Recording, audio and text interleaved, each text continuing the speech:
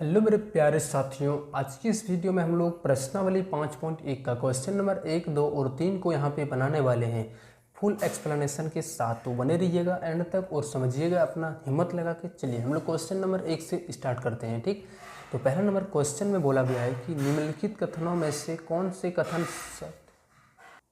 चलो तो सबसे पहले यहाँ पे क्वेश्चन में बोला गया है कि निम्नलिखित कथनों में से कौन सा कथन सत्य है और कौन सा कथन असत्य है। अपने उत्तरों के लिए कारण दीजिए।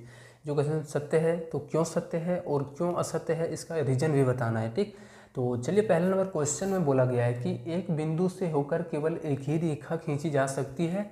तो चलिए हम लोग यहाँ पे चलो तो सबसे पहले यहाँ पे इसको समझते हैं ध्यान से। ठीक, एक बिंदु से होकर केवल एक ही रेखा खींची जा सकती है। चलिए कोई एक बिंदु ले लेते हैं हम लोग यहाँ पे, एक बिंदु इस तरीके से हम लोग यहाँ पे ले लेते हैं। ठीक, अब यहाँ से रेखा हम लोगों को खींचना है। ठीक, तो रेखा हम लोग यहाँ से किधर भी, जिधर चाहे हम लोग उधर खींच सकते हैं, इधर कहीं भी। ठीक, आप समझिए कि आपके पास एक टॉर्च है। ठीक, और उस टॉर्च को हम लोग घुमा घुमा के किस तरीके से मार सकते हैं, चारों तरफ से हम लोग इसको घुमा करके और हम लोग इसको क्या कर सकते हैं, मार सकते हैं। ठीक, तो इसका क्या केवल एक ही रेखा बनेगा कि केवल एक ही तरफ हम लोग जब लाइट मारेंगे तो एक ही तरफ जाएगा? तो नहीं, बहुत सारा तरफ। जिस तरह हम लोग घुमा के जिधर मारेंगे तो उधर ही जाएगा। वैसे ही रेखा क्या होता है, एक बिंदु से हम लोग जिधर ही खींचेंगे उधर ही खींचा जाएगा। तो ये क्या है, असत्य है। तो यहाँ पे लिखेंगे असत्य। ठीक, और रीजन हमारा यहाँ पे है कि क्यों यहाँ पे एक नहीं होगा। ठीक, अब नेक्स्ट हमारा इसका क्वेश्चन नंबर 2 में है। चलिए 2 नंबर क्वेश्चन में है कि दो भिन्न बिंदुओं से होकर जाने वाली असंख्य रेखाएं हैं। चलिए दो को अलग अलग पॉइंट ले लेते हैं, बिंदु ले लेते हैं, एक इधर से और इधर, एक इधर से। ठीक, अब इससे हम लोगों को रेखा बनानी है, तो सॉरी रेखाखंड बनाना है, इसको मिला देना है। यानी जैसे ही मिलाएंगे तो देखेंगे कितना रेखा बना रहा है, तो केवल एक रेखाखंड बना रहा है। ठीक, तो यहाँ पे बोला जा रहा है कि दो भिन्न बिंदुओं से होकर जाने वाली असंख्य रेखाएं हैं। तो ये क्या, हमारा दो मतलब इस तरीके से इधर से एक पॉइंट और इधर से एक पॉइंट, इनसे होकर क्या केवल तो एक ही रेखा जा रहा है। वहाँ पे बोल रहा है बहुत सारा, असंख्य का मतलब बहुत सारा रेखा इस पर जाएगा। तो ये क्या, ये भी गलत बोला जा रहा है। तो हम लोग यहाँ पे लिखेंगे ये असत्य है। ठीक, ये भी हमारा असत्य हो जाएगा।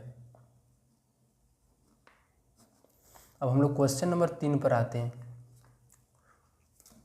चलिए क्वेश्चन नंबर 3 में है कि दो शांत रेखाओं दोनों ओर अनिश्चित रूप से बढ़ाई जा सकती है। चलिए हमारा कोई रेखा है, इस तरीके से मान लेते हैं कि इसका यहाँ तक तो एंड पॉइंट नहीं है, क्योंकि जो रेखा होता है वो हमारा कहीं पे भी वो रुका हुआ नहीं रहता है। ठीक, वो हमेशा आगे बढ़ते रहता है। तो यहाँ पे क्वेश्चन में यही बोला गया है कि एक शांत रेखा दोनों ओर अनिश्चित रूप से बढ़ाई जा सकती है।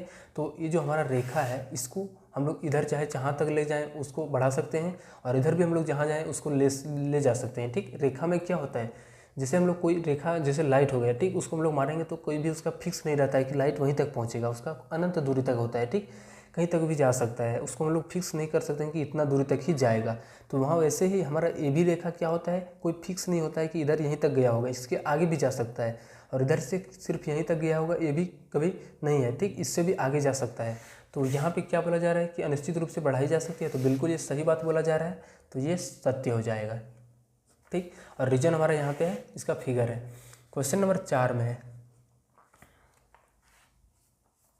तो वहाँ पे क्वेश्चन नंबर 4 में है कि यदि दो वृत्त बराबर है तो उनकी त्रिज्याएं बराबर होती है। चलिए दो वृत्त है, दो वृत्त हमारा इस तरीके से, एक पहला वृत्त ये हमारा है और ये दूसरा वृत्त है। ठीक, और दोनों पहले से ये बोला जा रहा है कि दोनों बराबर है। अगर यदि ये दोनों वृत्त बराबर है तो इसका जो त्रिज्या होगा, रेडियस जो होगा, यहाँ से लेकर केंद्र से लेकर परिधि तक की दूरी, वो क्या होगा, दोनों का सेम होगा। तो ये बिल्कुल सही बात बोल रहा है, सत्य है। वृत्त बराबर का है मतलब क्या बोल रहा है, ये दोनों की जो रेडियस होगा वो क्या होगा, ये सेम होगा। चलिए हमारा नेक्स्ट क्वेश्चन 5 नंबर में है कि आकृति 5.9 में पीछे दिया गया है। ठीक, ए बी के बराबर पी क्यू है, पी क्यू के बराबर एक्स वाई। इसको हम लोग यहाँ पे लिख लेते हैं। ए बी के बराबर दिया गया है पी क्यू और पी क्यू के बराबर एक्स वाई, और तो पूछा जा रहा है कि ए बी के बराबर एक्स वाई है। तो चलिए हम लोग क्वेश्चन वहाँ पे आते हैं। चलो तो यहाँ पे फिगर दिया गया है कि ए बी के बराबर पी क्यू, ये हमारा ए बी जो है सो पी क्यू के बराबर है, और नेक्स्ट हमारा पी क्यू जो है सो वो एक्स वाई के बराबर है। पी क्यू हमारा क्या है, एक्स वाई के बराबर है। तो पूछा जा रहा है कि ए बी के बराबर एक्स वाई होगा, तो ये भी तो बिल्कुल सही बात है। जब हमारा ए बी जो है सो ये रेखा इसके बराबर है और बोला जा रहा है कि ए हमारा इसके बराबर है, तो देखिए तो ये तो ऑब्वियसली सारा जो है सो आपस में बराबर होगा। ये इसके बराबर है, मान लेते हैं कि ये इसके बराबर है, तो इसी के बराबर ये है, तो ये इसके बराबर, ये इसके बराबर, यानी तीनों आपस में क्या है, बराबर में है। तो ये क्या ए बी बराबर एक्स वाई होगा, तो ये भी बिल्कुल सत्य बात है, तो यहाँ पे सत्य लिखा जाएगा। ठीक, अब हम लोग क्वेश्चन नंबर 2 पर आते हैं। क्वेश्चन नंबर 2 में है कि निम्नलिखित पदों में से प्रत्येक की परिभाषित दीजिए।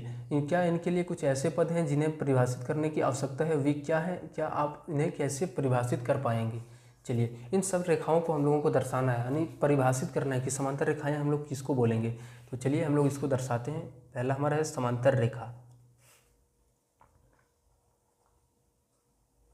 समांतर रेखा, तो देखिए समांतर रेखा हम लोग कैसे बोलते हैं, जब दो रेखा इस तरीके से सीधा जाए, कहीं पे भी ये प्रतिच्छेद ना करे, तो इसको हम लोग डेफिनेशन बना के लिखेंगे, परिभाषित करेंगे। ठीक, तो लिखेंगे दो सीधी रेखा, जब दो सीधी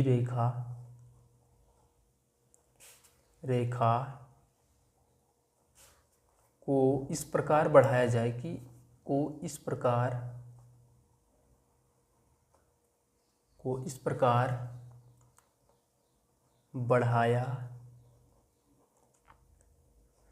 प्रकार बढ़ाया जाए कि कहीं पे वे आपस में प्रतिच्छेद नहीं करे। ठीक, तो इससे रेखाओं को हम लोग क्या बोलेंगे, तो ये समांतर रेखा कहलाएगा। ठीक, यानी एक ऐसा रेखा इसको हम लोग कहीं पे भी ले जाएं, अनंत तक ले जाएं। ठीक, तो वो कहीं पे भी आपस में जाके मिले नहीं, तो इसको हम लोग बोलेंगे समांतर रेखा। अब नेक्स्ट हमारा 2 नंबर में है, चलिए 2 नंबर का परिभाषा है लंब रेखाएं। तो लंब रेखाएं किसको बोलते हैं, जो 90 डिग्री पर प्रतिच्छेद करती हो, वो काट लेती हो अपने आप को। ठीक, चलो हमारा नेक्स्ट टॉपिक है लंब रेखा।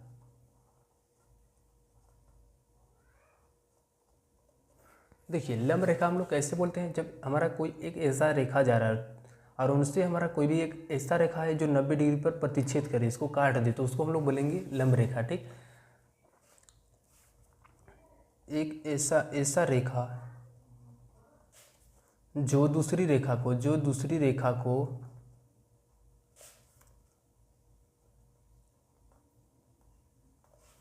90 डिग्री के कोण पर प्रतिच्छेद करे, तो उसे हम लोग क्या कहते हैं, लंब रेखा कहते हैं। तो उसे लंब रेखा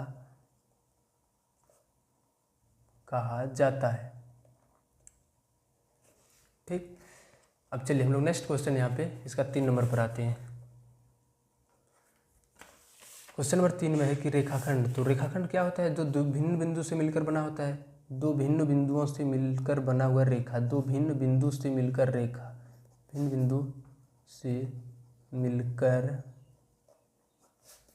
बना रेखा रेखाखंड कहलाता है।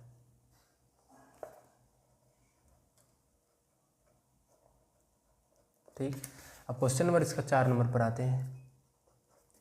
तो क्वेश्चन नंबर 4 में है कि वृत्त की त्रिज्या। देखिए हमारा वृत्त का त्रिज्या क्या होता है, जैसे कोई हमारा एक वृत्त है, ये हमारा वृत्त हो गया। ठीक, तो इसका जो त्रिज्या होता है, यहाँ से केंद्र से लेकर क्या परिधि तक की दूरी, ये हमारा परिधि होता है इसका।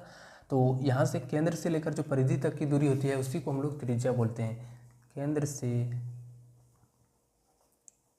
परिधि तक की दूरी को परिधि तक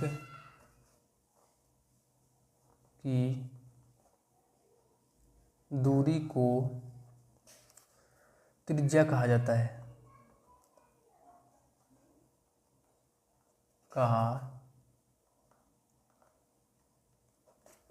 ठीक, अब उसके बाद हम लोग 5 नंबर क्वेश्चन इसका वर्ग।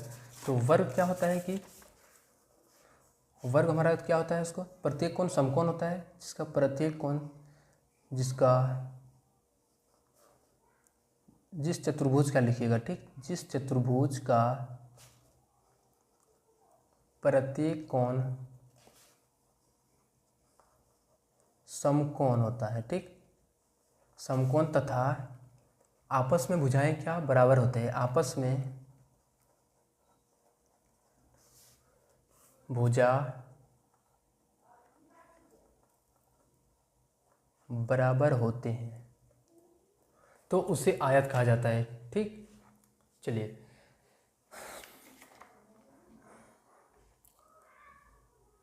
अब हम लोग क्वेश्चन नंबर 3 पर आते हैं।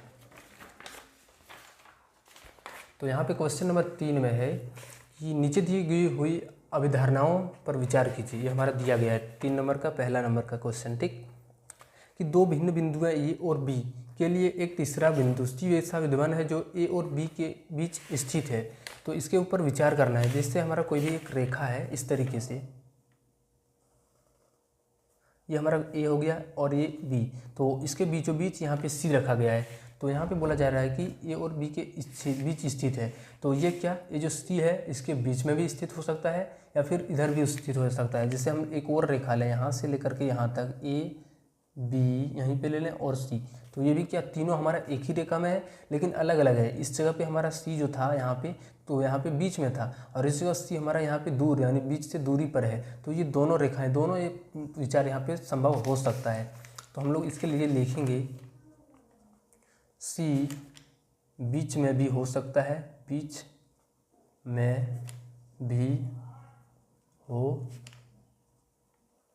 सकता है तथा किनारे में भी हो सकता है, किनारे में भी हो सकता है, ठीक। अब चलिए, अब हम लोग क्वेश्चन नंबर यहाँ पे नेक्स्ट पर आते हैं। तो इस पर बोला है यहाँ कम से कम ऐसे 3 बिंदु विद्यमान है जो कि एक रेखा पर स्थित नहीं है। कम से कम 3 बिंदु हमारा है, ठीक। ऐसे करके हमारा यहाँ पे भी फिर से 3 बिंदु है, एक ए है, दूसरा बी है हमारा और तीसरा सी है, ठीक।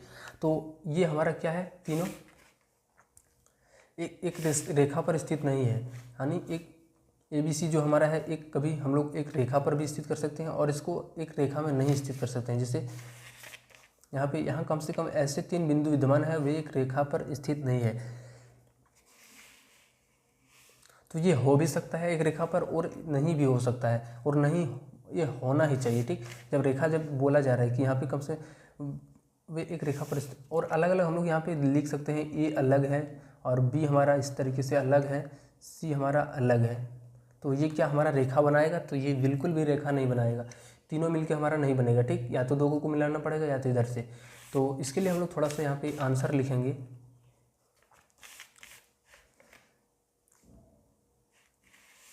कि ये रेखाएं एक बिंदु पर हो सकती है